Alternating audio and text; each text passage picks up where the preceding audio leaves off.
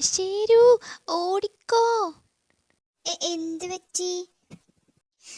കരി കരി കരി പറ്റിയോ? അതിനാണോ ഓടുന്നത്? അല്ലെന്നേ, ആ കരിനാക്കൻ വവ്വാൽ വരുന്നു. അയ്യോ, ഇതുവഴിയാ വരുന്നത്. ഭാഗ്യത്തിന് ആ ദ്രോഹി എന്നെ കണ്ടില്ല.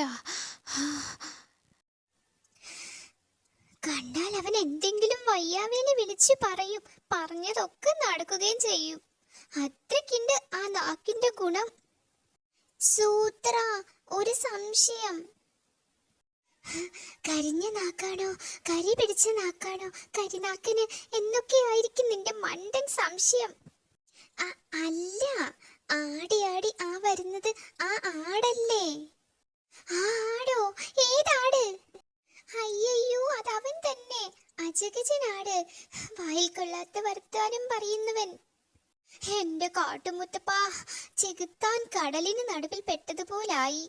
ചെകുത്താനും കടലിന് നടുവിലെന്ന് പറ. ഒറ്റ വഴിയേയുള്ളൂ, ഒളിക്കുക. ദാഹം മൂലം കാഹളമോതുന്ന ഈ ദേഹത്തിന് ദാഹജലം വഹിച്ചു തരാൻ മോഹമാർക്കുണ്ട്?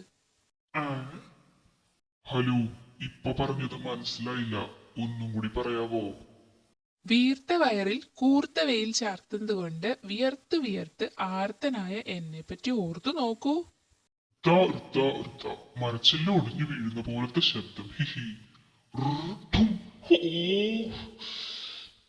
പട്ടിന് കിടന്ന് നെട്ടോട്ടമോടിയ ഈ മുട്ടനാടിന്റെ ഓട്ടപാത്രം മട്ടിലുള്ള മൊട്ട തലയില് മുട്ടൻ ചില്ല തട്ടിയിട്ട ദുഷ്ടാ, ആഠ്യത്വമില്ലാതെ കൂഷ്ടി കാട്ടുന്ന ഈ വിഡ്ഢിയെ പീഠത്തിലിരുത്തി പാഠം പഠിപ്പിക്കാനാണ് എന്റെ ശാഠ്യം, കേട്ടോ? തീർന്നോ? ഇടിവെട്ടി മഴ പെയ്ത പോലെ. എന്റെ അമ്മേ. ഇടിവെട്ട് കരിനാക്കനു കൊണ്ടു. ഓടിക്കോ ശീരു, മഴയും തുടങ്ങി.